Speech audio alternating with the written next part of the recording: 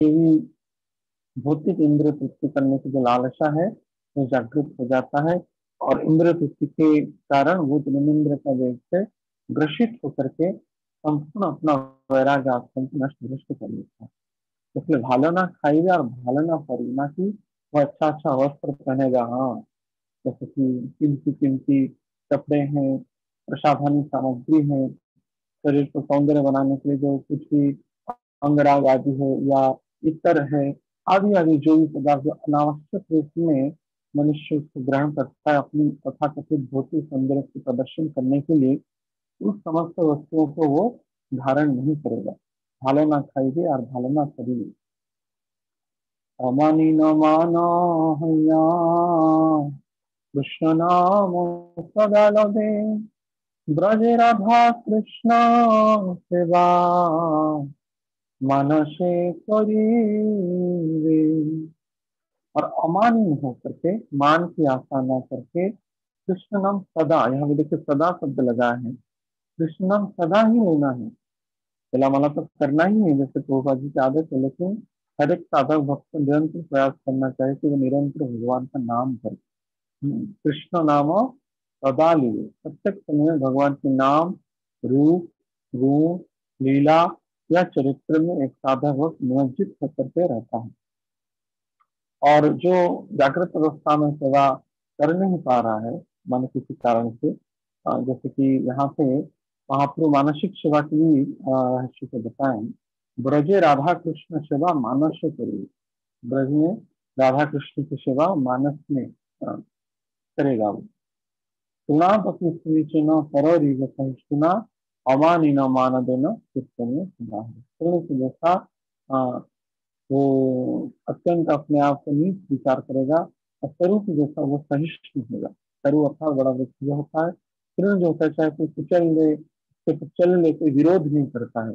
तो ऐसा ही इस साधक भक्त जो वैराग्य आश्रम में है, तो तृणांत की सुनिचिना परोविव कृष्ण और अमान न मान देना, वो खुद की यहाँ पे महापुर रहस्य बता दिए कौन कीर्तन में सदाहरी कर सकता है, अर्थात हमेशा हरिनाम कौन कर सकते। बड़ा प्रश्न आता है, भक्त लोग बहुत बार प्रश्न करते हैं, जो जी मैं बहुत प्रयास कर रहा हूँ निरंतर नाम लेने का, लेकिन कितने करने के बाद में मेरा विस्मरण हो जाता है, मैं भूल जाता हूँ, कारण क्या है। तो इसका उत्तर स्वयं महाप्रभु हमें प्रदान किया, अमान न मान देना, जो अपनी मान की आशा नहीं करता है, अपितु दूसरों की मान, दूसरों को मान देता है और अपनी मान की इच्छा नहीं करता है, अर्थात जो प्रतिष्ठा के जो दोष से मुक्त है, रागद्वेष प्रतिष्ठा आदि दोष से मुक्त है, वो ही कीर्तन में सदा हरि अर्थात भगवान का नाम हमेशा कर सकता है। रघुनाथ महाप्रभु के यह समस्त जिले शास्त्र के अत्यंत प्रसन्न है। हृदय में आनंद धारण पूर्वक वे महाप्रभु का चरणों में बार बार साष्टांग प्रणाम किए, और महाप्रभु भी रघुनाथ को आलिंगन किए और पुनः समर्पण कर दिए। तो ऐसे देखा गया एक साल जब, तो उनके जो पिता थे रघुनाथ दास गोस्वामी के पिता थे गोवर्धन मूलता, तो वो कुछ सेवक को भेजे, क्योंकि उनको पता चला कि जगन्नाथपुरी में मेरा पुत्र है, चलो ठीक है, कम से कम ये इतना बड़ा घर का बालक है, सुना कि भिक्षावृत्ति तो मैंने सिंह द्वार के सामने वो खड़ा होकर के अजाचक रूप में रहता है, तो उनको बड़ी दया आई, तो दो सेवक को वो भेज दिए। दो वो कुछ अर्थ को लेकर के दो सेवक, गोवर्धन मजदार के दो सेवक नीलाचल धाम में पहुंचे। तो सेवक जो थे रघुनाथ को मिलने के बाद पुनः पुनः अनुरोध किए कि आप कुछ अर्थ को ग्रहण करिए, लेकिन रघुनाथ दास गोस्वामी कपट दुख के समतुल्य कुछ भी ग्रहण नहीं किया। हाँ, लेकिन बार बार जब अनुरोध किए तो वे अपने लिए नहीं अपितु महाप्रभु के निमंत्रण की, उस अर्थ से महाप्रभु को महीने में 2 बार भिक्षा कराने की, अर्थात महाप्रभु को अपने उस धन से 2 बार प्रसाद पवाने का यह सेवा उन्होंने ग्रहण किया, विचार के शायद इससे कुछ कल्याण उनका भी हो जाए। रघुनाथ महाप्रभु को 2 वर्षों तक भिक्षा प्रदान किया, अर्थात उसी समय आचार्यगण बनने से 12 रुपया, 2 साल भिक्षा कराने के लिए 12 रुपया उनको खर्चा हुआ। तो उस समय अर्थ की महत्व बहुत ज्यादा था, एक एक रुपया, एक एक पैसा का, एक एक कौड़ी का महत्व था। तो 12 रुपया अर्थात बहुत, अर्थात 2 महीने में 2 बार, अर्थात 2 साल में 24 बार वो प्रसाद खिला। 2 साल में 12 बार ना, 2 बार अर्थात 24 तो 48, अर्थात महीने में 2 बार वो प्रसाद खिलाते थे चैतन्य महाप्रभु को इस लक्ष्मी से। और अर्थात साल में 24 बार हुआ, और 2 साल अर्थात 48 बार, 48 बार वो अपने गृह में प्रसाद चलाए। और शायद विचार करें तो शायद ही कोई गृहस्थ भक्त भक्तों को महीने में 2 2 बार प्रसाद के लिए बुलाते हैं। संभव पर नहीं आज के समय में, क्योंकि आयोजन बढ़ जाएगी। हाँ, तो व्यवस्था करनी पड़ेगी। महीने में, साल में एक बार कोई ब्रिटिश का एनिवर्सरी आता है या कुछ होता है तब प्रसाद के लिए, या कुछ प्रोग्राम हो गया, कथा हो गया, तब बुलाते हैं। लेकिन एक देखिए, वैराग्य आश्रम रहते हुए अपने पिता का जब अर्थ आया तो रघुनाथ दास गोस्वामी क्या किए, महीने में 2 बार प्रसाद खिला। और 12 24 तो 48 बार प्रसाद खिलाने में उनको मात्र 12 रुपया खर्चा है। और ऐसा नहीं कि साधारण, वो निश्चित रूप से रघुनाथ दास गोस्वामी अपने गुरु और भगवान महाप्रभु को खिलाए होंगे, विविध प्रकार के व्यंजन खिलाए होंगे, इसमें तो कोई संशय ही नहीं करना चाहिए।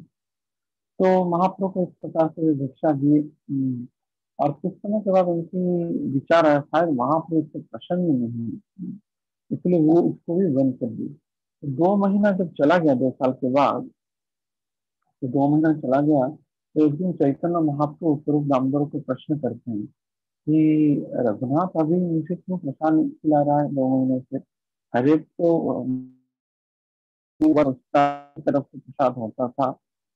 तो महाप्रभु ऐसा जो प्रश्न किया स्वरूप दामोदर को, तो स्वरूप दामोदर कहे कि रघुनाथ ऐसे विचार किए कि विषय से द्रव्य खाने से और उसके अर्थ से निमंत्रण युक्त क्रिया के द्वारा चैतन्य महाप्रभु का मन प्रसन्न है नहीं। तो ये निमंत्रण सिर्फ प्रतिष्ठा का हिसाब है। महाप्रभु को इससे प्रसन्नता होगी जो मेरे पिता का धन के द्वारा व्यय, जो धनराशि के द्वारा जो भी प्रसाद है, इसके द्वारा महाप्रभु की जो प्रसन्नता होगी, यह मुझे प्रतीत नहीं हो रहा है।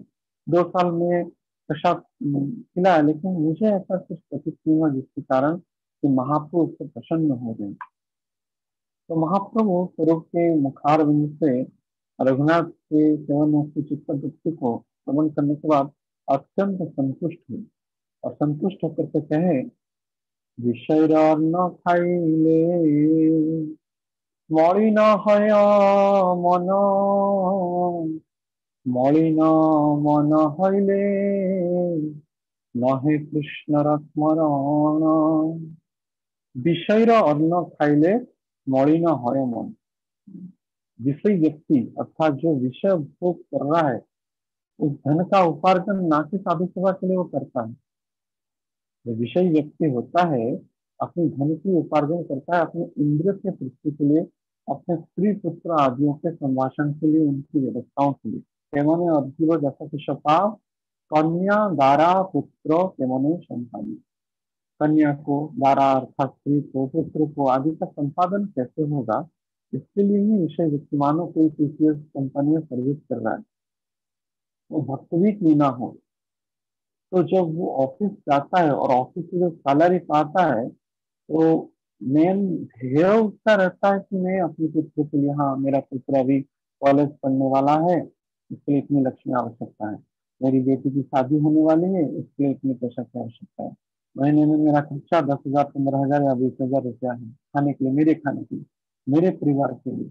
मैं छुट्टी में कुल्लू जाऊंगा, मनाली जाऊंगा, या स्विट्जरलैंड जाऊंगा, इसके लिए इतना लक्ष्मी खर्चा है। या कोई धाम यात्रा भी करे या जो भी करे, लेकिन फिर भी अगर होल टोटल देखा जाए तो धन का उपार्जन केवल ही साधु सेवा के लिए करता है, ऐसा ही कोई विरल आत्माएं, ऐसे विरल व्यक्ति अगर प्राप्त होते होंगे, निश्चित रूप से शायद किसी भक्त में यह हो सकता है, असंभव चीज है नहीं, लेकिन प्राय असंभव रहता है। तो वो धन का उपार्जन विषय क्रियाओं में ही संपादन कराता है।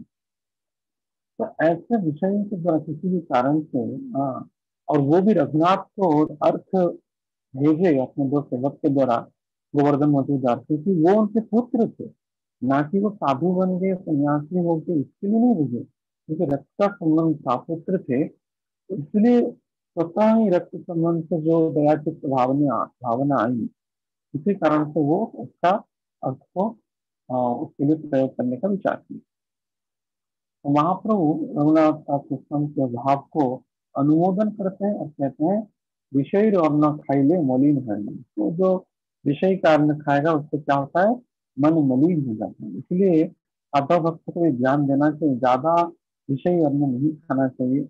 कम से कम जो कर्मी लोग हैं, किसी कारण से धन के चक्कर में, अर्थात फंड रेजिंग के चक्कर में कई बार संपर्क रक्षा करना पड़ता है भौतिक लोगों से, मंदिरों में हम देखते हैं, लेकिन ज्यादा उनके साथ संभाषण, तो विषय बात ही करेंगे अपनी कंपनी की, समाज की, करंट अफेयर की, ये सब की बात करेंगे, या उनके यहाँ प्रसाद पाना पड़ेगा या लक्ष्मी से खाना पड़ेगा, तो यह बहुत ही घातक होता है, विशेष साधक पक्ष के लिए यह ग्रहणीय है नहीं। तो महाप्रभु कहते हैं, मौलिना मौन हईले न है कृष्ण रस स्मरण। और जब अन्न वैसा खाएंगे तो क्या होगा, मन मलिन हो जाएगा, अर्थात विषय के अन्न खाने से शरीर में, चेतना में विषात्मक भावना है, हमारे अंदर जो इंद्रिय तृप्ति की भावना उत्पन्न हो जाएगा। जन्म मृत्यु जरा ध्यान से भी कई बार लोग खिलाते हैं, हम बुलाते हैं, लेकिन यथोचित भगवत प्रसाद पाने का जो विशेष करके आश्रम में या मंदिर में होता है, उसका प्रयास करना चाहिए।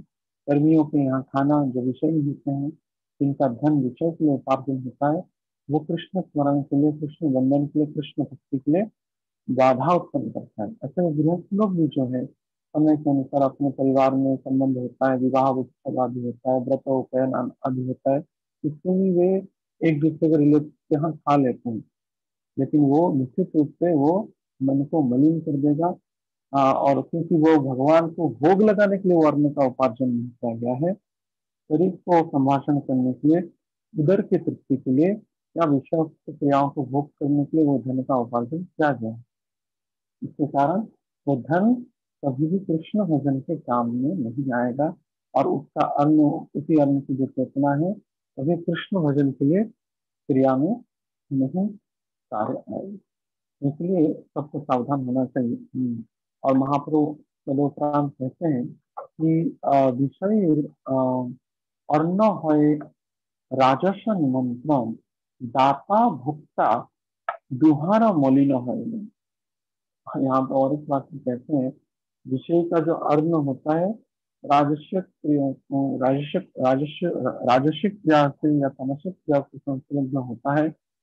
इसके कारण साधक अगर उसको खाएगा तो ना दाता का, अर्थात देने वाले व्यक्ति जो धन का विषय किया है, इसका भी ना कल्याण होगा, ना भोक्ता, जो खा रहा है उसका भी कल्याण होगा। तो दोनों ओर से ही किसी का कल्याण होने वाला है। इसलिए यत्न से सबको अवॉइड करना ही चाहिए।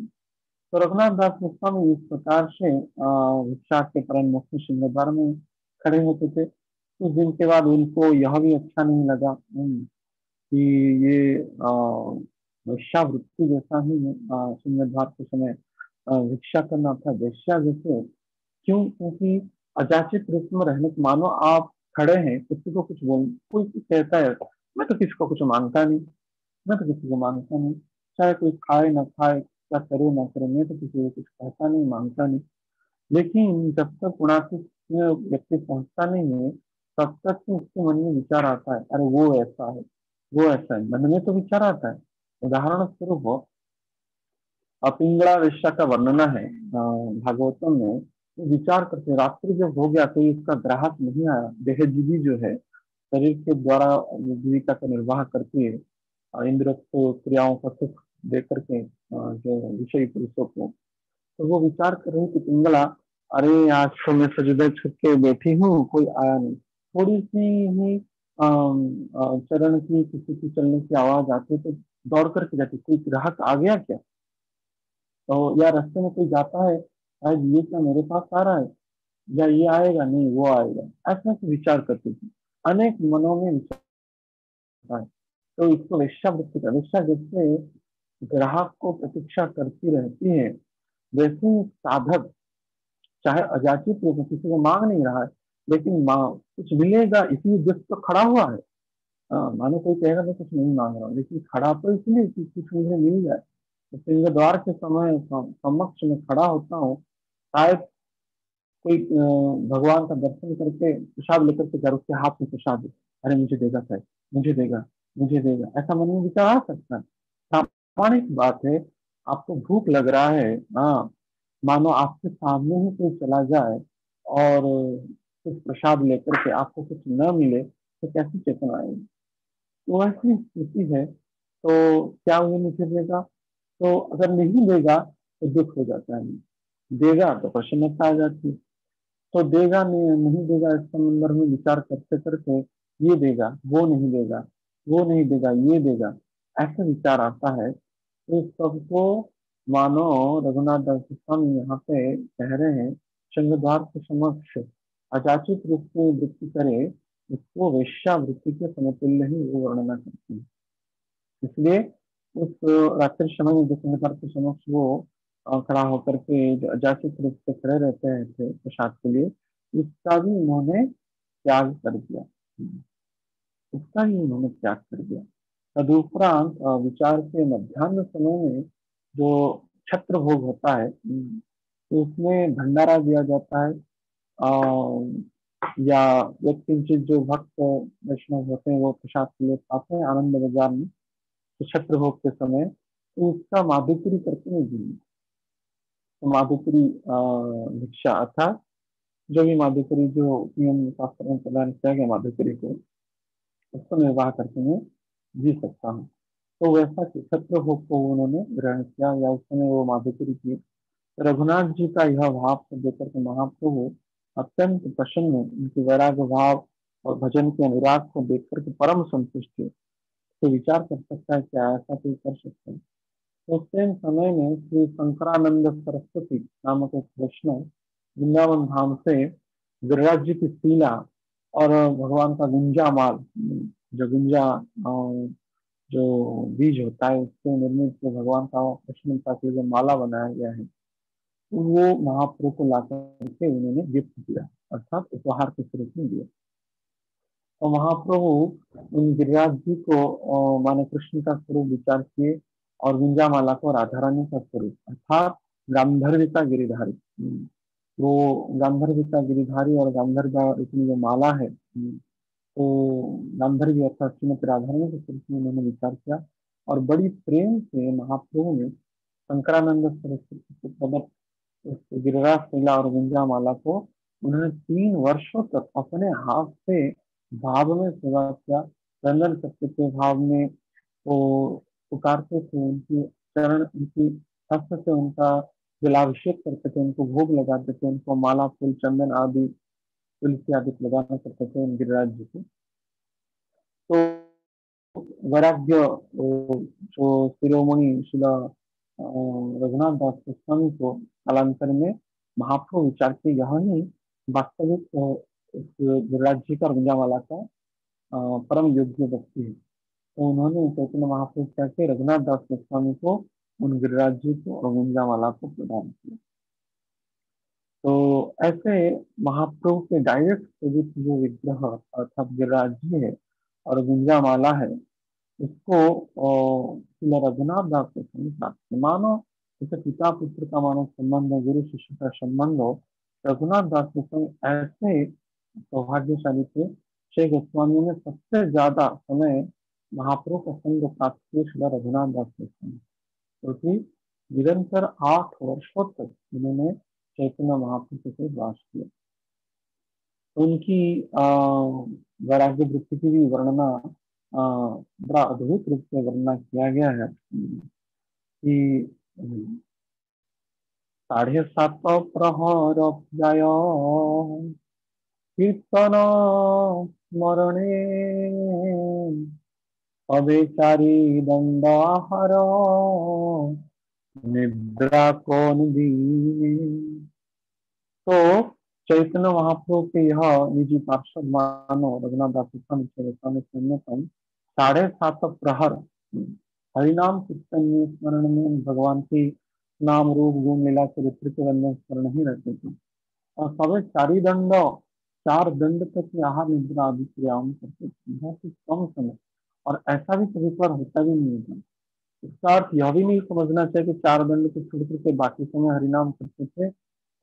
जो 4 दंड वो शयन और भोजन या स्नान आदि क्रिया में चला नहीं, हर एक समय ही वो कीर्तन करते थे। कीर्तनीय सदा हरि, क्योंकि महाप्रभु ने सदा सदा ही वो कीर्तन करते थे। कि शयन कि भोजन किंवा जागरण अहर्निश बोलो कृष्ण बोलो हो भजन। एक साधक भक्त जो सोचिए विचार करिए, जो कृष्ण के वो प्राप्त करने के लिए, कृष्ण के चरण में अनुराग रखने के लिए संसार को संबंध को वो त्याग दिया, इसके बाद भी अगर कृष्ण को भूल रहा है, अर्थात आश्रमवास में या वनवास में वैराग्य वेश विरक्त वेश को धारण करने के बाद भी कृष्ण को न स्मरण करके विषय भोग की कार्य को विचार कर रहा है, सोच रहा है, तो काहे का वो वैराग्य।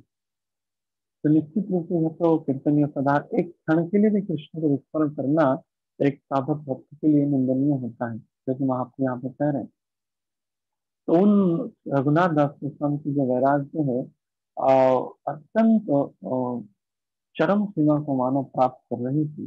कृष्णदास गोस्वामी कृष्णदास महाराज गोस्वामी तदुपरांत में आगे भी कहते हैं, वैराग्यर कथा तार अद्भुत कथन आजन्म नादिल जुहे रसेर स्पर्शन। रघुनाथ दास गोस्वामी वैराग्य की कथा जो है, वैराग्य शिरोमणि अद्भुत है। आजन्म वे अपनी जिह्वा को रस रसयुक्त अर्थात इंद्र युक्त जो भी भोग राग जो भी है भोजन आदि वो प्रदान करते हैं। छिंदा काली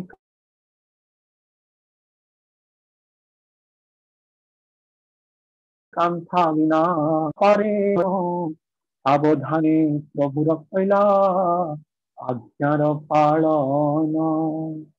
छिंदा कन्या अर्थात टूटे फूटे जराजीर्ण वस्त्र है, जो फट गया है, जीर्ण है, पुराना है, मैला कुचेला है, ऐसे वस्त्र को इंद्र के समतुल्य जिनका ऐश्वर्य था उसको धारण करते हुए वे अपना जीविका का निर्वाह करते थे, अच्छा भजन करते थे। और सावधान के सहित प्रभु अर्थात गुरु और गौरांग की आज्ञा का पालन करते थे। बंद मुहि सावधान मुखे, सावधान प्रभु पहला आज्ञा पालन। और बस प्राण रक्षा के लिए यत् किंचित अर्ण को और वस्त्र को ग्रहण करते थे। प्राण रक्षा लगी जेबा करे न भक्षण ताहा खाए अपनार करे निवेदन। फिर प्राण रक्षा के लिए वे कुछ भोजन करते थे और उसके द्वारा ही वो अपनी बस जीवन को बचाना है, जीने के लिए खाते नहीं थे। हमारे पास जीने के लिए खाते, ना कि खाने के लिए जीते। भौतिक लोग जो होते हैं खाने के लिए जीते हैं। देखें इसलिए तो बड़े बड़े रेस्टोरेंट सजाया हुआ है, 5 स्टार होटल में कितनी कितनी लक्ष्मी खर्च कर लेते हैं। मुझे स्मरण आता है, हम तो परम पूज्य गौरवानंद स्वामी महाराज की कृपा से भगवत भक्ति में आ गए, लेकिन एमटेक करने के बाद भी जब उस समय सर्विस किए तो एक बार पहली बार मीटिंग था, मुझे स्मरण है बॉम्बे में। तो कई कंपनी डेलीगेट्स आए हुए थे, कुछ फॉरेन डेलीगेट्स भी आए हुए थे। उनके साथ कुछ डील था, करोड़ों करोड़ों रुपया का डील था, अरब खरब रुपए का डील था। तो बड़ी पहली बार मैं 5 स्टार होटल में उस बार उस वक्त में रहा था। तो मीटिंग हो गई, जो भी हो गया, जो व्यवस्थापक थे तो जो वो सब हो गया। मैं तो जो हो गया उसके बाद मैंने सोचा कि क्या अभी खाऊं मैं, यहाँ पे तो सब मांस मदिरा से ग्रहण कर रहे हैं, भूख भी लग रहा है। तो मैं विचार किया क्या ग्रहण करूं मैं। तो मुझे स्मरण है, तो मैं मेनू तो बहुत एक बड़ा स्विमिंग पूल था ताज कॉरिडोर बॉम्बे में, जहाँ पे आतंकवादी हमला हुआ था। उस होटल में हम रुके हुए थे 3 दिन के लिए। तो पहली मीटिंग के बाद दोपहर का समय था और बहुत बड़े एक स्विमिंग पूल है उसके निकट में बैठा था। तो वेटर आकर के पूछा कि आप क्या लेंगे। स्वतः ही पूछ लिया। और भूख भी लग रही थी, तो क्या करूँ, जूस कुछ पी लूँ, क्या करूँ। देखा उसने मेनू में देखा कि लस्सी लिखा है। तो मैंने बोला कि ठीक है, एक गिलास लस्सी ले आई, देखते हैं इसमें क्या होता है। क्योंकि लस्सी तो दही है चलेगा, हाँ। और गो गो गोयुक्त क्रियाओं में दोष भी नहीं लगता, ऐसा शास्त्र कहता है, महाराज जी बोले थे। तो दही, लस्सी दही से बनता है। तब लाया, तब मैं थोड़ा देखा, भगवान का स्मरण करते हुए उस पॉकेट में सूखी तुलसी रखता था, सूखी तुलसी जो प्रसाद तुलसी को डाल करके पिया। उसके बाद में उसका जो और कुछ चाहिए, बोले नहीं नहीं और कुछ नहीं चाहिए। तब वो एक लिफाफा में मैंने एक फाइल में कितना लक्ष्मी उसको लिख दिया। तब वो देखा में इस समय, ये मैं कह रहा हूँ 2006 की बात, मैंने आज से 14 साल पहले की बात है। तो 2000, तो उसमें उस समय की बात है, उसमें लिखा गया था 80 रुपया एक गिलास लस्सी, 80 रुपया। तो मैं सुनकर के डर गया। आज के समय तो ये आपको ये आश्चर्य नहीं लगेगा, लेकिन 2006 की बात है। 80 रुपया में भयभीत हो गया, क्योंकि मैं गाँव, हमारे गांव में या भुवनेश्वर में उसमें 2 रुपया गिलास में लस्सी पिया पीता था। और 2 रुपया या अर्थात 40 गुना बढ़ गया 5 स्टार होटल में। हाँ, तो 80 रुपया, तो चिंता से बाहर थी। तब पता चला बात कि यहाँ पे तो लक्ष्मी बहुत ज्यादा लेता है। तो कहने का उद्देश्य यह है कि अगर भलो जो विषक्त क्रियाओं को जीविका धारण करते हुए, अगर हम अपनी जीविका को निर्वाह करेंगे, ज्यादा अच्छा खाएंगे पिएंगे, उसी ही चेतना रहेगा, तो कभी भी भजन अनुकूल नहीं होगा। तो इसलिए महाप्रभु उन रघुनाथ दास गोस्वामी की इन वैराग को देखते अत्यंत प्रसन्न हुए। तो मध्याह्न में तो छत्र भोग वो ग्रहण करते थे, कुछ दिन के बाद उसको भी त्याग दिया। विचार किए अभी माधुपुरी भी करे, बस चेतना इसमें ही खाए पिए, इसमें ही संलग्न रहता है, तो उसको करके फायदा ही क्या है। तो कृष्ण भजन करना हमारा ध्येय है, ना कि इस विषय को मन शरीर के निर्वाह में इतना समय का अपचय हो जाएगा माधुपुरी करने में, तो ठीक नहीं है। तो ऐसा विचार करके रघुनाथ दास गोस्वामी क्या किए, जब रात्रि हो जाता था, जो आनंद बाजार में जो महाप्रसाद बेचने वाले जो व्यक्ति है, कई कई कारण से कई बार प्रसाद रह जाता है, सड़ जाता है, गल जाता है। तो दक्षिण दिशा में जो जहाँ से चावल का पानी निकलता है उसको पेज कहते हैं, जो माड़ माड़ कहते हैं हिंदी में। तो वो जो माड़ जहाँ से निकलता है उसी स्थान पर फेंक देते हैं गायों के खाने के लिए। कभी कभार इतना सड़ जाता है, इतना दुर्गंध होता है कि गाय भी उसको खाते नहीं। सड़ जाने वाला, गल जाने वाला, तो उस माड़ का नाली से निकलने वाले निकट में जो फेंक देते थे। तो रघुनाथ विचार की ये तो बहुत बढ़िया है, किसी को मांगने की आवश्यकता नहीं, किसी को अजाचित से खड़ा होने की आवश्यकता नहीं, इसका जैसा या माधुकरी करने की भी आवश्यकता है नहीं। तो रघुनाथ ऐसा विचार करके रास्ते में जैसे कोई न देख पाए, हाँ, ऐसा विचार करके उस सड़ा, गल जाने वाला, सड़ जाने वाला उस चावल को लाते थे और पानी में धोकर के जो जो भी होता था उसको खा लेते थे।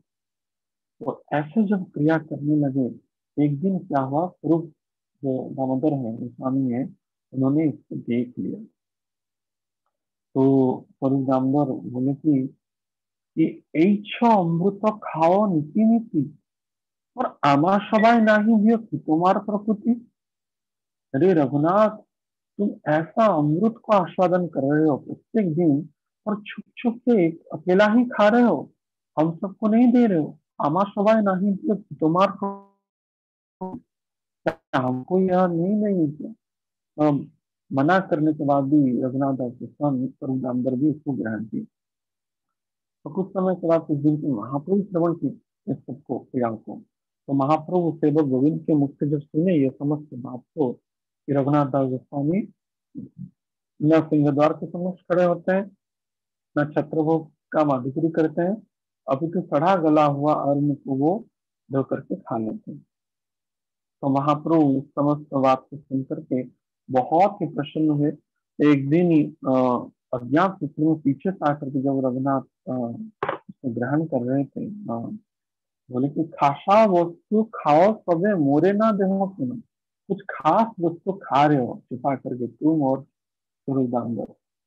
हाँ, तो मुझे नहीं दे रहे, खासा वस्तु खाओ तो सबे मोरे मोरे ना देहो, है ना। तो छीन करके महाप्रभु, जैसे मानो सत्य लीला में वहाँ कृष्ण भगवान भोजन की लीला में जैसे वो छीन करके कभी पर खा लेते थे कथाओं से, तो महाप्रभु छीन करके जबरदस्ती खा करके एक ग्रास जो है सड़ा गला हुआ जो अन्न है उसको ग्रहण कर लिया।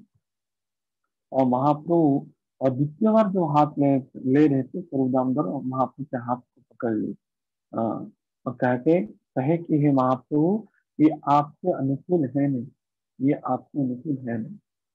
तो महाप्रभु बोले नीति नीति ना, नीति नीति जो है प्रत्येक दिन ही आप प्रसाद खाते हैं, नीति नीति नाना प्रसाद खाई, ऐच्छुक स्वाद आरव को प्रसाद ना पाए। ये तो प्रत्येक दिन ही प्रसाद पाता हूँ, अनेक प्रकार का व्यंजन जो भी भिक्षा के लिए दे देता है, तो ऐसा स्वाद, ऐसा अमृत में स्वाद कहाँ से भी नहीं प्राप्त होता है। तो जो सड़ा अन्न जो जिसमें रघुनाथ दास का वैराग्य कूट कूट में भरा है, इस अन्न में रघुनाथ दास गोस्वामी का वैराग्य और कृष्ण भजन का यह निश्चित है, तो इसमें कूट कूट के भरा हुआ है, ऐसा अमृत मैंने कहाँ पे भी चखा नहीं। तो इस प्रकार का महाप्रभु के अद्भुत रघुनाथ दास गोस्वामी की वैराग्य को देख करके अत्यंत प्रसन्न हुई। और यही मत महाप्रभु नाना लीला करे, रघुनाथ वैराग्य देखी संतोष अंत। रघुनाथ जी का वैराग्य को देखते हुए चैतन्य महाप्रभु अत्यंत प्रसन्न होते थे। ऐसे होते होते महाप्रभु धाम का गमन तक महाप्रभु जब अंत लीला किए, तब तक ही लास्ट जो 8 साल अर्थात रघुनाथ दास गोस्वामी जब महाप्रभु के निकट पहुंचे, उनको 40 साल हुआ था, और 48 साल में चैतन्य महाप्रभु यह लीला संवरण करके वो भगवत धाम को, अपने निज धाम को चले गए। और 8 साल तक निरंतर रघुनाथ दास गोस्वामी चैतन्य महाप्रभु को शरण प्राप्त की। और समय के अनुसार काल तो अपना कराल दृष्टि को दिखाना ही था, तो महाप्रभु जब राम को छोड़ करके चले गए, गौर सुंदर और उनके पार्षद जो जिनके अधीन में थे स्वरूप दामोदर, वो जो अप्रकट लीला वो किए, इसको देख करके विरहा नल में दग्धीभूत होकर के मानो विष्णुभूत कैसा हो, ऐसा रघुनाथ दास गोस्वामी अनुभव किया। रघुनाथ दास गोस्वामी विरह में अत्यंत कातर होकर के और विचार किए, जिस जगन्नाथ जी के पास अब मेरा क्या काम, जो कृष्ण जो महाप्रभु के स्वरूप में थे, जगन्नाथ माना महाप्रभु के स्वरूप में वे जब चले गए, इस जीवन को धारण करके क्या फायदा। तो मैं इस शरीर को नष्ट कर दूंगा, वृंदावन में जाकर के वो तो कम से कम वहां पर रूप सनातन गोस्वामी आदि में जिनका सानिध्य स्थापन करके रघुपाठ करके मैं शरीर को विसर्जन कर दूंगा। ऐसा विचार करते हुए अत्यंत विरह में व्याकुल होते हुए श्री रघुनाथ दास गोस्वामी जगन्नाथपुरी को त्यागते हुए वृंदावन की यात्रा की। और वृंदावन में उन्होंने रूप और सनातन का सानिध्य प्राप्त करके मानो उनको महाप्रभु और स्वरूप दामोदर का ही सानिध्य प्राप्त हो गया। जो जीवन जाने ही वाला था मानो वो कुछ समय के लिए रुक गया। तो वहां पे वृंदावन की भी कई लीलाएं रचना है, जैसे कि विशेष करके रघुनाथ दास गोस्वामी राधा कुंड और श्याम कुंड का उद्धार किया। कलिकाल में चैतन्य महाप्रभु की अनुकंपा से राधा कुंड और श्याम कुंड का आविष्कार हुआ था, लेकिन बहुत ही छोटा था। तो रघुनाथ दास गोस्वामी इसको विस्तृत किए, पंख उद्धार किए, घाटों का निर्माण किए। कैसे? वह एक धन्याड़ व्यक्ति थे जो कि बद्रिका आश्रम जाकर के अनेक स्वर्ण का दान करने वाले थे। कई स्वर्ण से लेकर के बद्रीनाथ के उत्तर भारत में 4 धाम में अन्यतम है, वहां पे वो गए थे। तो बद्रीनाथ जी उनको स्वप्न में कहे मुझे कोई धन की आवश्यकता है नहीं, अरिष्ट ग्रामवासी एक वैष्णव है जो कि राधा कुंड के निकट पहुंचे हैं। उनका नाम है रघुनाथ दास गोस्वामी। आप यह समस्त धन को उनको जाकर प्रदान करिए, वे इसको सेवा में लगाएंगे, वास्तविक रूप से सेवा में लगे। देखिए यहाँ पे नर नारायण सत्य बद्रीनाथ राधा रानी की सेवा के लिए, कृष्ण की सेवा के लिए मानव धन को भेज रहे। तो धनाढ़ व्यक्ति बद्रीनाथ से लौट करके वृंदावन आए और वृंदावन से राधा कुंड जाते हुए रघुनाथ दास कृष्ण के चरणों में समर्पित थे और समस्त वृत्तांत जो नारायण ने वर्णना किया उसको वो वर्णना किए। तो रघुनाथ दास कृष्ण प्रसन्न हुए, बोले कि आप इन राधा कुंड श्याम कुंड का संकोद्धार करके, उनका जीर्णोद्धार करके उनको अच्छे से घाट वगैरह का निर्माण करा दीजिए। तो ऐसा उन्होंने कराया। कल उसके बाद जो आज के स्वरूप हम देख रहे रघुनाथ दास कृष्ण की ही अनुकंपा से श्याम कुंड राधा कुंड प्राप्त है। कई ब्रजों की लीलाएं हैं, हमें भी हो रहा है 5-10 दिन चर्चा कर लेते हैं क्योंकि आज इनको विराम देंगे। तो जब श्याम कुंड का जो घाटों का निर्माण हो रहा था, क्योंकि आस पास में कई वृक्ष थे उसको काट रहे थे श्याम कुंड राधा कुंड की प्रीति के लिए, उसका संप्रसारण के लिए, एक वास्तविक स्वरूप देने के लिए। तो जब श्यामकुंड की निकट में वृक्षों के काटने की बारी आई तो स्वप्न में स्वयं युधिष्ठिर महाराज प्रकट हुए रघुनाथ दास गोस्वामी जी और कहे कि हम पांचों पांडव पांचों वृक्ष के रूप में श्याम का अर्थात कृष्ण का संग प्राप्त कर रहे हैं यहाँ पे, इसलिए हमको मत काटिए। तो इसके कारण रघुनाथ गोस्वामी जो व्यवस्था करने वाले जो भी श्रमिक थे तथा धनवाले व्यक्ति थे उनको कहे कि 5 पांडव हैं सप्त वृक्ष के रूप में श्याम के पास अर्थात कृष्ण के पास विराजमान कर रहे हैं, तो इसलिए आप इनको मत काटिए। तो इसी कारण ही आज भी श्याम कुंड वक्र रूप में देखते हैं। उस वृक्ष को बचाने के लिए 5 वृक्ष को टेढ़ा मेढ़ा होकर के श्याम कुंड कहा।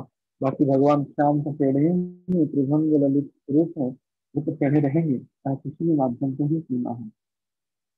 तो ऐसे श्याम कुंड और राधा कुंड का भी उन्होंने पूर्ण आविष्कार किया। और तदुपरांत और भी एक लीला है रघुनाथ दास गोस्वामी जब राधा कुंड के निकट थे और जलपान कर रहे थे और सॉरी ध्यान मग्न थे, तो उस समय देखा गया निकट में एक व्याघ्र, मतलब वन प्रांत था, पूरा वन ही था, एक व्याघ्र कुंड से जल पीने के लिए आया। रघुनाथ दास गोस्वामी को पता ही नहीं है वो भजन कर। उसी समय सनातन गोस्वामी वहां भी पहुंचे और देखे तो उस व्याघ्र से रघुनाथ दास की सुरक्षा के लिए तथा जो धूप से छाव की रक्षा के लिए राधा रानी उनको अपनी जो जो आंचल है उसकी छाव कर रहे हैं। और इधर कृष्ण धनुष और बाण लेकर के अगर मेरा भक्त रघुनाथ को कुछ क्षति करेगा तो मैं इसका निवारण करूंगा, इसी विचार में प्रतीक्षारत थी। तो ये तो सनातन गोस्वामी कहे थोड़ा अप्रसन्न भी है। तो भाग्यशाली विचार की कि स्वयं कृष्ण जिनको सुरक्षा कर राधा रानी जिनको छाया दे रहे हैं, इतने प्यारे हैं न रघुनाथ दास कृष्ण भगवान की और राधा रानी की। तो लेकिन बोले कि हम सेवक साधक भक्त आए हैं अपनी सेवा कराने के लिए, ना कि भगवान की सेवा करने के लिए हम आए हैं। तो इसलिए तुम अभी खुला खुला में या वृक्ष के नीचे मत रहो, एक कुटिया बना करके रहो। तो सनातन गोस्वामी की आज्ञा में रघुनाथ दास गोस्वामी कुटिया ब्रजवासियों ने कुटिया निर्माण कर दिया। तब से वो बाहर न भजन करके कुटिया के अंदर भजन किए। ऐसी उनकी लीला है। तो अनेक लीलाएं हैं कैसे कैसे वो अच्छी स्थान से जब छाछ से मात्र छाछ पीते थे छोटी सी एक पत्तल से। एक बार एक ब्रजवासी सखी ग्राम अर्थात जो चंद्रावली की गांव है वहां से सफेद कली से जो पलाश पत्थर का जो पत्ते से जो कटोरी जैसा करते हुए उसकी छाछ लाया। तो पलाश पत्थर को देखकर रघुनाथ दास गोस्वामी बड़े अप्रसन्न हुए थे, ये कहाँ से आया, तो जो सखी ग्राम से आया, तो उसको तुरंत ही वो फेंक दी। हाँ, इससे चंद्रावली और ब्राह्मणों ना जाइए तो चंद्रावली का ग्राम है, मैं वहां का कुछ भी चीज ग्रहण नहीं करूंगा। अर्थात इसका प्रमाण होता है रघुनाथ दास गोस्वामी राधा रानी के अनुगत्य में भजन करने वाले थे, राधा रानी की परम उनके अनुगत्य में भजन करने वाले थे। कालांतर में समय के अनुसार रूप गोस्वामी और सनातन गोस्वामी भी अप्रकट लीला की उसको मानव अभी जीने का आश्रय ही मानव चला गया। जैसे कि वर्णना करते रघुनाथ दास गोस्वामी रूप और सनातन के विरह बड़ा अद्भुत श्लोक है। संज्ञायते महागोष्ठम गिरीन्द्र अजगरायते व्याघ्रतुंडायते कुंडम जीवत। अर्थात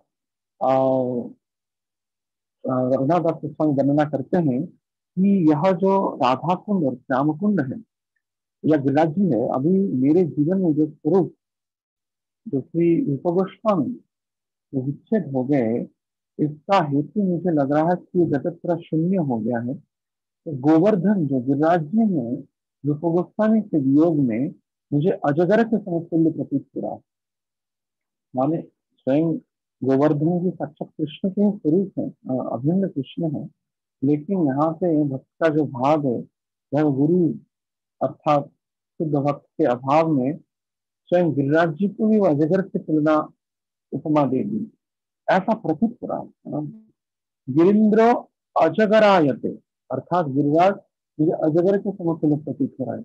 और व्याघ्र तुंडायते कुंडम जीवातु रहित शनि, और सनातन गोस्वामी के वियोग में गोवर्धन जैसे उपनिषद के वियोग में अजगर के समतुल्य प्रतीत हो रहा है। और राधा कुंड मुझे व्याघ्र कुंड के समतुल्य प्रतीत हो रहा है। तो रघुनाथ दास गोस्वामी की यह उत्कट विरह अवस्था, विरहानल में वो दग्धीभूत हो रहे हैं, ऐसा वो अनुभव कर रहे थे कि मेरी स्थिति इस प्रकार का है।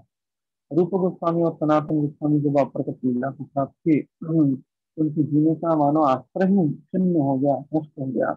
ना पतित जदि देहस्तेन किं तस्य दोषः सकिल क्लेशेण गृहीता व्याधि अयमपि परतर्जगरा तर्केशेन दुष्टः प्रकुट कदना भारम को भक्त था। यदि भुगुपा द्वारा मेरा देह का विनाश ही होता है तो द्वारा मेरा कोई दोष है नहीं। कारण मेरा यह जो देह है विधाता का वज्रसार का निर्माण बस कर रहा है, बस संसार का भार बढ़ा रहा है। अथवा मैं गाढ़ कर्म के द्वारा किसी कारण से और अन्य कारण से मेरी मृत्यु भी हो जाए तब भी मेरा कोई दुख है नहीं, यह भी होना चाहिए।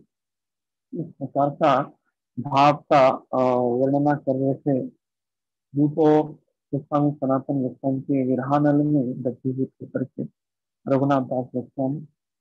तो ऐसे ही वे राधा और कृष्ण के कीर्ति के प्रचार के लिए राधा कृष्ण के सारानुक्रमण्य दो पादाब्ज स्मरण करते हुए ब्रजों के जो दधि फल भोजन आदि जो गोवर्धन कुट के निकट निकट कुंज से वृंदावनेश्वर का स्मरण करते हुए उनकी चिंतन करते हुए वो जीविका का निर्वाह करते थे। रातों दिन विराग्नि और जो महाभाव उसमें फिर राधा रानी के चिंतन में, कृष्ण के चिंतन में वो कलातीपात करते थे। मशतो गिरिवरे कुंज लपत श्री राधा के अनुकृष्ट थे ध्यायत व्रजदधि तत्रम नाम सदा में दिनानि गच्छन्ति। हे नाथ, हे स्वरूप, हे रूप गोस्वामी, जो गिरिवर के कुंज के निकट वास करके, हे राधा रानी, हे कृष्ण, आप मेरे से रूप सनातन को चैतन्य महाप्रभु स्वरूप दामोदर जी को विच्छेद कर दिया। मेरा जीवन अभी क्यों जीवन धारण हो रहा है, क्यों जी रहा हूँ। पाषाण कुटिगो माथा अनले पशिगो, मुझे पाषाण में मैं अपना मस्तक पीट लूंगा, नहीं तो मैं अग्नि में प्रवेश कर जाऊंगा। ऐसा विराग्नि में रहते हुए श्री रघुनाथ दास गोस्वामी नित्य क्रंदन करते थे और विरहाग्नि में वो अपना समय को कलातीपात करते, मानो प्रत्येक समय मृत्यु रूपक दुख को वो अनुभव करते थे। कालांतर में कृष्णदास गौराज गोस्वामी उनके अनुगत्य में रहते हुए और गोस्वामी और सनातन गोस्वामी की लीलाएं या 8 साल जो वे चैतन्य महाप्रभु के निकट रहते उनकी लीलाओं को वो श्रवण किए। इसको रघुनाथ का कच्चा कहा जाता है। इसके अनुसार उन्होंने ही रघुनाथ दास गोस्वामी से अनुकंपा को प्राप्त करते ही वे चैतन्य चरितामृत नामक ग्रंथ की रचना की। कविकरण गोस्वामी ये भी अपने गौर स्थितिका में कहते हैं। ऐसे कलातीपात करते हुए श्री रघुनाथ दास गोस्वामी अनेक वर्षों तक ब्रज में बात किए विरह स्वरूप में, और 1504 शताब्दी में उन्होंने यह लीला स्मरण किया। तो 19 साल वे गृह में रहे, 8 साल जगन्नाथपुरी में रहे, और 49 मैंने 49 ईयर उन्होंने ब्रज में वास किया, और ऐसा करके उन्होंने इस लीला का विश्व में संवरण किया। तो कविता गोस्वामी इसकी वर्णना करते हैं, और गौर गणित पिता जी ने इसकी वर्णना इस श्लोक में करते हैं। दासः श्री रघुनाथस्य पूर्वाक्षराशमंजरी अमम केचित प्रभाषं से श्रीमती रतिमंजरी भानुमताक्षमो कुचिदंस नाम भेदतः। रघुनाथ दास गोस्वामी पूर्व में ब्रजलीला में किसी साधारण व्यक्ति नहीं है, रास मंजरी में थे, और या कई कई जगह पे उनको रति मंजरी भी कहा गया है। रास मंजरी या रति मंजरी वो थे। नाम एक तो उनका नाम भानुमती था। तो ये साधारण की बात का नहीं है, लेकिन साधक भक्तों को परम इच्छा और साहस प्रदान करने के लिए वैराग के शिरोमणि और सर्वोपरि हमारी चर्चा करने का कारण श्री प्रयोजन के आचार्य हैं। जीविका भगवान के चरण में पहुंचने की यहाँ उत्कर्ष जो प्रधान गुण है वो वैराग्य और निरंतर भगवान के चरण में दैन्य भाव से गुरु कृष्ण के अनुगत्य में क्रंदन करना। तब जाकर के रघुनाथ दास कृष्ण के चरणों चिन्ह हम चलते हुए जीवन का ध्येय जो है प्रयोजन को हम प्राप्त करेंगे। तो आज थोड़ा विलम्ब हो गया, 18 मिनट ज्यादा ले लिए, क्षमा करिए, क्योंकि आज चरित्र को विराम कराना था, प्रयोजन पद को भी विराम कराना था, इसलिए थोड़ा समय ज्यादा हो गया। तो यहाँ पर हम विराम करते हैं। हरे कृष्ण। तो किसी का अगर प्रश्न है तो पूछ सकते हैं।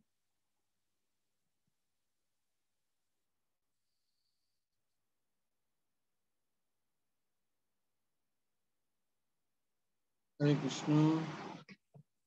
है किसका प्रश्न?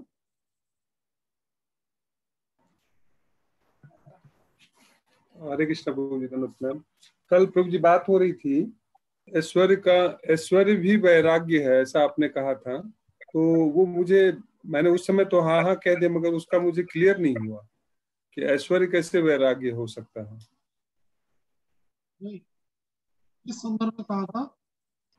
कल आपने कहा था ना, अभ्यास और वैराग्य जो होता है वो भक्ति कहलाता है। अब अभ्यास से वैराग्य उत्पन्न होता है, फिर वो भक्ति तत्व को प्राप्त होता है। तो जी इस फिर कंटेक्स्ट में बोला आपने था कि भगवान के एक ऐश्वर्य में एक वैराग्य भी है, मतलब इसलिए हाँ, भगवान की एक ऐश्वर्य में वैराग्य। अच्छा, मुझे समझ आया। ठीक है, धन्यवाद। तो वास्तविक ऐश्वर्य का अर्थ है नहीं कि सिर्फ धान्य, अच्छा वस्त्र या स्वर्ण, हीरा, मोती आदि इसको ऐश्वर्य नहीं कहते। जिसको पाना किसी में संभव है नहीं या जिसको धारण करना हर एक के बात नहीं है, इसको ही ऐश्वर्य कहा जाता है। मानो मानो अभी उदाहरण स्वरूप निर्जला एकादशी कोई किया है, तो नेक्स्ट डे जब पारण का समय आता है तो मानो कि राजभोग आकर के खिलाने के लिए आपको प्रस्तुत होगा, तब वहां पे आपका ऐश्वर्य उस प्रसाद में नहीं ना, अपितु तो पानी में है। समझ रहे ना? तो पहला व्याकुलता रहता है कि मैं पानी को पीऊं, तब जाकर खाने की बारी आती है। उस समय जो व्याकुलता रहता है कोई, और उसमें भी कोई मीठा और नींबू का शरबत पिला दे ठंडा, तो कितना आनंद लगता है। उस समय सबसे बड़ा ऐश्वर्य वही होता है, मानो करोड़ों रुपए का धन से भी ज्यादा होता है। तो उस समय अर्थात जो हम कोई नहीं कर सकता है उसको कर रहे हैं, और उसका जो सुख को ऐश्वर्य कहा जाता है। समझ रहे ना? तो मानो जैसे अंबानी ब्रदर्स है, तो वो मानो 100 करोड़ के धनी है, तो उनके लिए और भी 50 करोड़ मिल जाएगा तो उनके लिए ऐश्वर्य नहीं। उनके पास धनराशि 100 करोड़ है, 1000 करोड़ और भी आ जाएगा तब उनको ऐश्वर्य कहलाता है। तो सर्वोपरि समझे तो जिसको प्राप्त करना या जिसको धारण करना हर एक की बात है नहीं, इसको ऐश्वर्य। तो सबसे बड़ा ऐश्वर्य भगवान का ऐश्वर्य में जो कहा गया, ऐश्वर्य से समग्र ज्ञान वैराग्य, अर्थात वैराग्य को भी धारण करना हर एक की बात है, हर एक की बस में है। तो भगवान वैराग्य को भी ग्रहण करते हैं, वैराग्य को धारण करने में समर्थ है, इसलिए वहां पे वैराग्य को ऐश्वर्य कहा गया, अर्थात क्योंकि ये सबसे बड़ा एक धन है जिसको हर एक नहीं कर सकता, इसी दृष्टिकोण से उसको ऐश्वर्य कहा। ना कि धन या वस्त्र, उत्तम धन के दृष्टिकोण से। ठीक है, जी प्रभु ठीक है। इसके अलावा और किसका है प्रश्न? अभी अभी आप प्रभु जी बता रहे थे कि चलते हुए जब रघुनाथ दास गोस्वामी जो है 11 दिनों में पैदल चल के आए थे महाप्रभु से मिलने के लिए जगन्नाथपुरी। पैदल के लिए, पैदल से, पैदल क्योंकि चल वो के आए। हाँ, जंगल के रास्ते में आए, हुगली ग्राम से, जो कि वेस्ट बंगाल में है, अभी भोर में था। तो वहां से जंगल के रास्ते में आए, क्योंकि अगर स्ट्रेट जो राजपथ पे आते तब थोड़ा और कम दिन शायद लगता, और खाए भी नहीं थे उसमें, 3 दिन ही प्रसाद पाए थे, जो नगर प्रांत जो भी पड़ा उसमें 3 दिन, और बाकी 8 दिन भूखे थे। इसके कारण उनको विलंब भी हुआ होगा, ये लग रहा है। ऐसे होते होते 11 दिन में वे जगन्नाथपुरी में पहुंचे। तो कौन सा ग्राम बोले प्रभु जी? धुली, कुली? हाँ,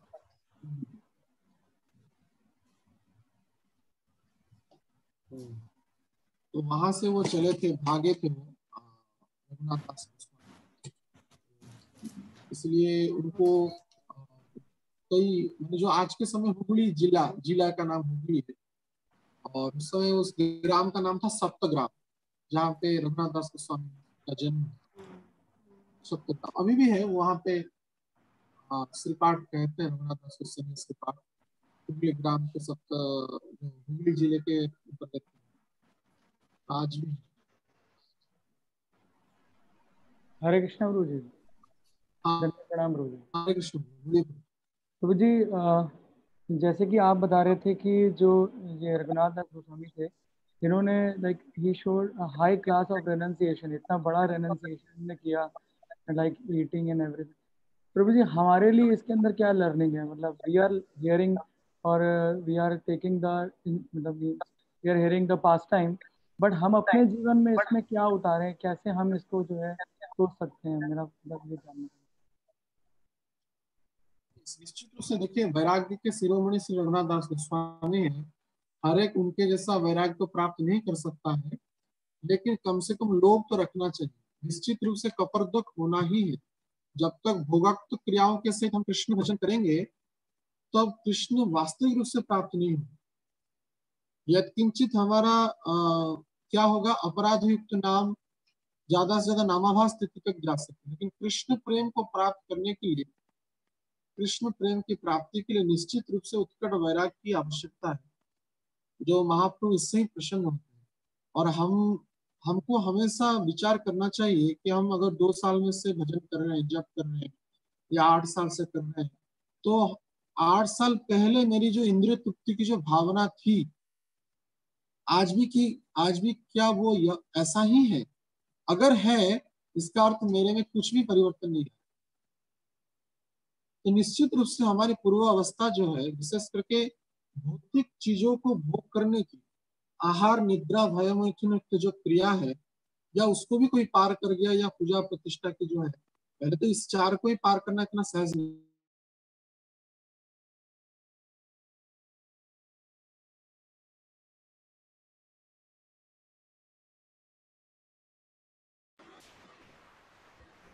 कॉल आ गया, तब जाकर के हम समझ सकते हैं कि हमारी वास्तविक कृष्ण चेतना कितना वृद्धि हुआ है।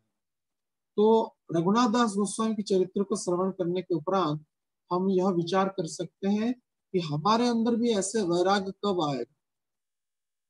अगर उनमें 100% था, हमें 1% भी आया है नहीं, या हम ऐसे रघुनाथ दास गोस्वामी के चरणों में प्रार्थना करें, महाप्रभु के चरणों में, अपने गुरु और इष्ट के चरणों में प्रार्थना करें कि हमारे अंदर भी यह वैराग्य आए, भौतिक चीजों को भोग करने की जो लालसा है वो कम हो, और कृष्ण को प्राप्त करने की जो लालसा है वो तीव्रतर। यह हमको लोभ रखना चाहिए, तथा रघुनाथ दास गोस्वामी के चरित्र को श्रवण करने के बाद हम अपने आप को विचार कर सकते हैं, हम कितने पीछे हैं या हम कहाँ पे हैं। तो निश्चित रूप से उनकी चरणों में प्रार्थना करेंगे तो शायद उनकी अनुकंपा से हमारे अंदर भी इस प्रकार का भाव विचार आ सकता है। यही हमको यह शिक्षा करना चाहिए रघुनाथ दास गोस्वामी चरित्र से, क्योंकि ये प्रयोजन की चर्चा है। प्रयोजन अर्थात डायरेक्ट आप कृष्ण के सखा बनेंगे, कृष्ण के पिता बनेंगे, कृष्ण के प्रिया बनेंगे, कृष्ण के दास बनेंगे, ये कोई सामान्य बात है नहीं। उसके लिए तो ऐसा वैराग्य की आवश्यकता है ही, निश्चित रूप से। ओके ठीक है प्रभु प्रभु, आकाश प्रभु। जी प्रभु, थैंक यू सो मच। और है किसका प्रश्न? नहीं तो विराम करेंगे, 5:30 तो हो गया। प्रभु जी, मैं कल के लिए बहुत विशेष धन्यवाद देना चाहता हूँ सभी लोगों को, जितने भी भक्त जुड़े हुए हैं। कल आप सबों की विशेष कृपा से, अर्थात जिस किसी ने भी जप किया या मन से आशीर्वाद दिया प्रभु जी को लेकर, अर्थात विद्यापति जी को, उसकी शायद ये उपलब्धि रही कि कल से आज तक प्रभु जी को कोई बुखार नहीं आया है। तो कृपा करके आप अपने जप को कंटिन्यू रखिए, जिससे कि प्रभु जी अति शीघ्र स्वस्थ हो और पुनः अपने सेवा में लगे, क्योंकि वेणु माधव जी उनका वेट कर रहे हैं, इसमें कोई संशय नहीं है। और वो भी बहुत ही अच्छे, मतलब बहुत ही अच्छे भक्त हैं। हम आपसे सभी से प्रार्थना करते हैं कि कृपा करके आप नरसिंह भगवान का जब एक माला अति मतलब जरूर कीजिए। वो भी सभी जब खत्म करने के बाद एक माला नरसिंह भगवान के नाम का लेते हुए विद्यापति जी के नाम का कीजिए प्लीज। बहुत बहुत धन्यवाद। मुझे आशा है कि विद्यापति जी पुनः जल्दी से जल्दी ठीक होकर वापस हमारे साथ आरोग्य हो जाएगा सर। जी।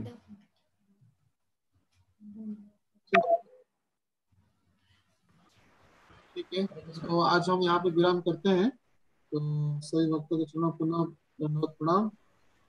श्रील रघुनाथ दास गोस्वामी पाद की जय। जय सभी भक्तों से महाराज की जय। जय श्री गुरु महाराज की जय।